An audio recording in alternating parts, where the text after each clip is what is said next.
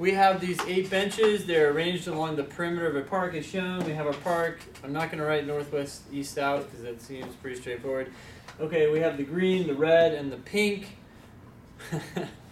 Pink benches. That's cool. All right, then it says the green benches stand next to one another along the park's perimeter. Okay, so the green are JKL. So what I did is I turned this into an ordering rule, and I said, okay, they are next to each other, but I don't necessarily know the order, so I'm going to put the arcs above them to show that they can bounce around within each other. Is that cool? Okay. Then they said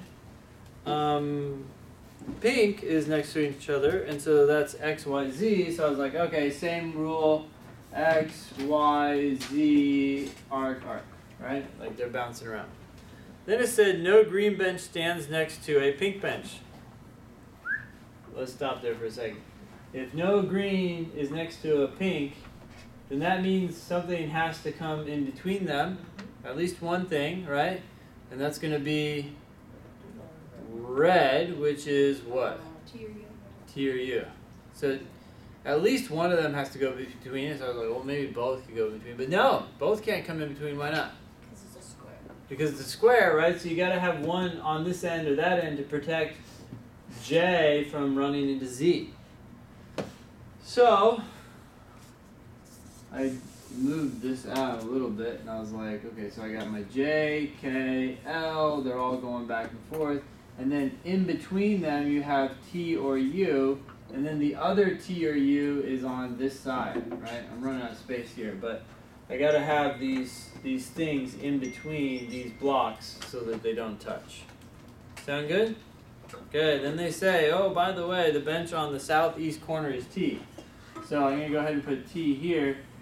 If T goes there, you now know that U has to go over there because that's going to be exactly like the opposite corner, right?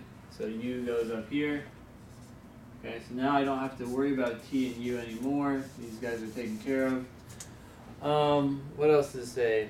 Oh, J stands at the center of the park's north side. So J is up here. That's really convenient because we have J, K, L. They have to be together.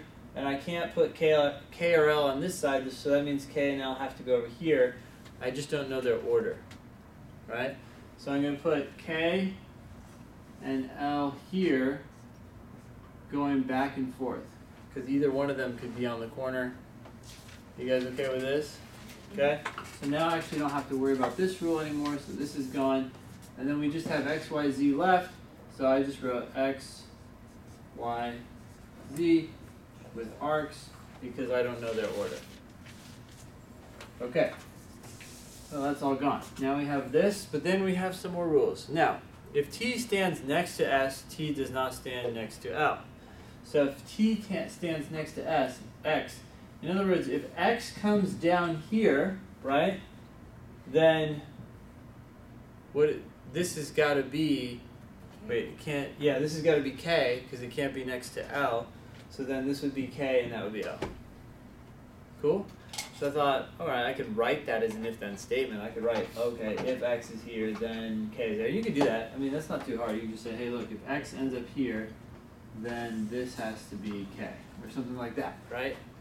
But I decided, I said, hey, I really don't like if-then statements. I like to get rid of them. So I'm inclined to just create another world, one in which the rule is triggered and one in which the rule is not. So to make it so that the rule is triggered, I'm going to go over here. And let's start with that. So we say, okay, X happens.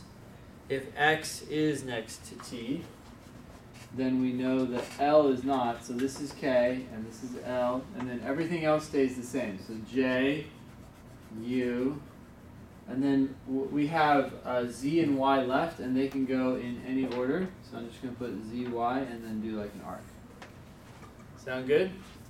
So that's when this rule is triggered. When the rule is not triggered, then when the rule is not triggered, what happens? You've got to have Y and X, Y or X at the bottom. Yes. Bottom center. So this is going to Y or Z, right? Y or Z, yeah. y or z has to go there. We can't let x go there. In other words, you could write not x, but that's a negative rule. I'm going to turn it into a positive rule and say that y or z has to go there. So now I have my two worlds, one in which x is here and one in which x is not here. And when x is not there, the if-then statement, everybody's like, yeah? What about it? It doesn't apply. It doesn't apply, right? It goes away.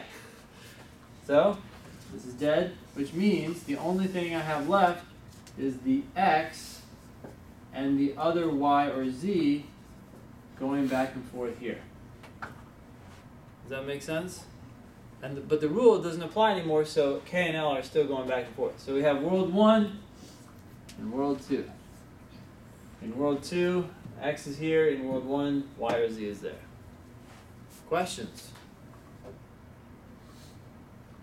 Yes? What level is this game? 3 or 4? Yeah. Question 13. Which of the following benches could be on the northeast corner of the park? Okay, so this is not our traditional first question, but these worlds are so complete, I'm just going to go straight through the questions. Northeast corner. Okay, so K or L could be there. Notice, you own this game, you see that they only have L, the answer is E. Are you cool with that? Cool. 14. Each of the following must be true except, in other words, which one of the following cannot be true? Or no, not cannot be true. Which one of the following doesn't have to be true? Okay. A, the bench on the northwest corner is pink.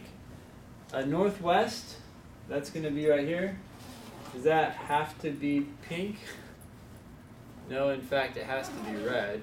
So that does not have to be true. It can't be true. So A is the answer. Thank you, LSAT. We didn't have to go through the rest of those. 15. Which of the following benches must be next to J? Well, who has to be next to J? U does, right? Because either K or L on the other side. So U is the answer. 16. For which of the following benches are there two and no more than two locations, either one of which could be the location the bench occupies?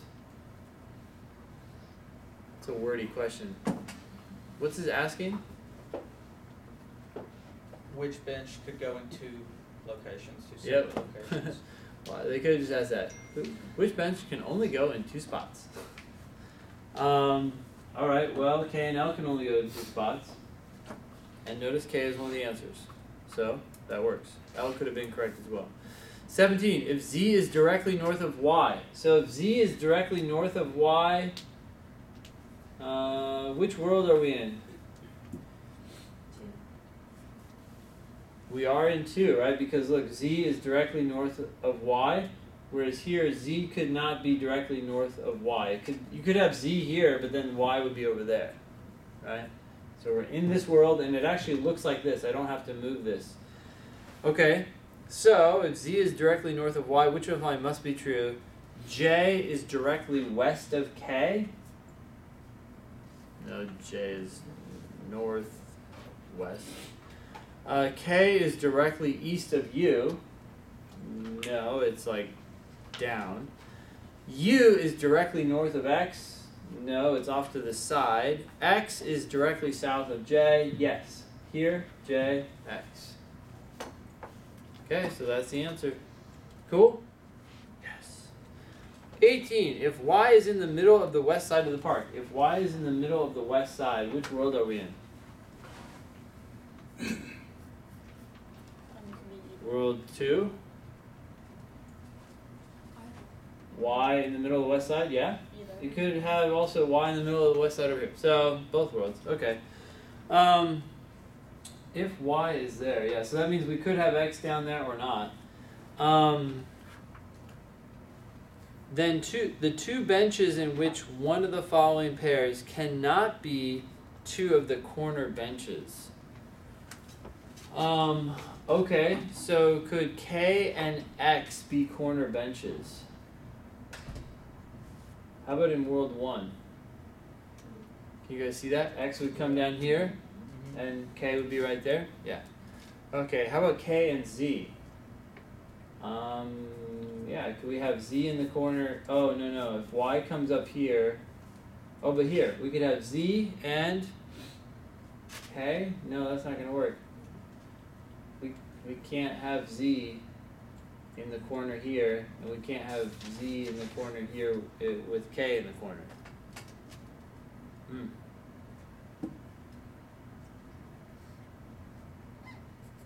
Right, if Y is in the middle, so if Y comes up here, then X has to be here, and Z is here. And over here, I could get Z in the corner, but then K is not in the corner. So, K and Z cannot both be in the corner at the same time in either one of these worlds. Alright, so that's the answer.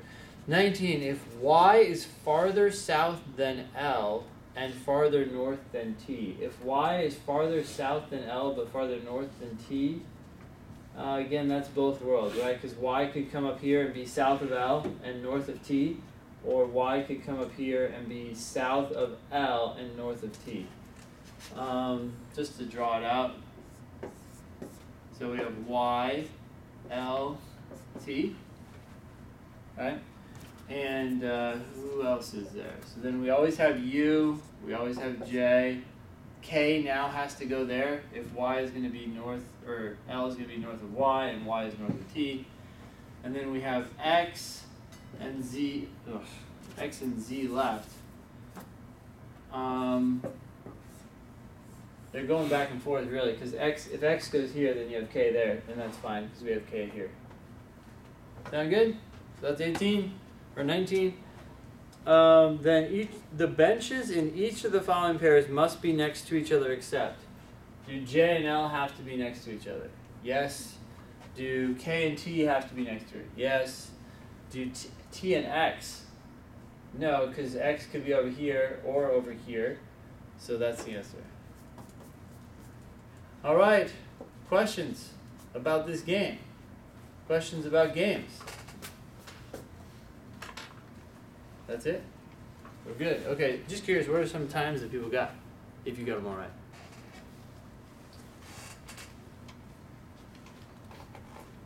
Everybody's like, well, wait, that last little requirement was upsetting. Elliot? I was at 8, I think it was 8:05. Yeah. Like that. Oh, you got them all right? I got one wrong. Oh, okay. So 8:05 with one wrong. Anyone got? Forgot to time yourself. Okay, so some unknown time, but all right. Okay. Yes. I got about the same. Okay, and one wrong. One wrong. Yeah. Okay. All right. Good to know. Cool.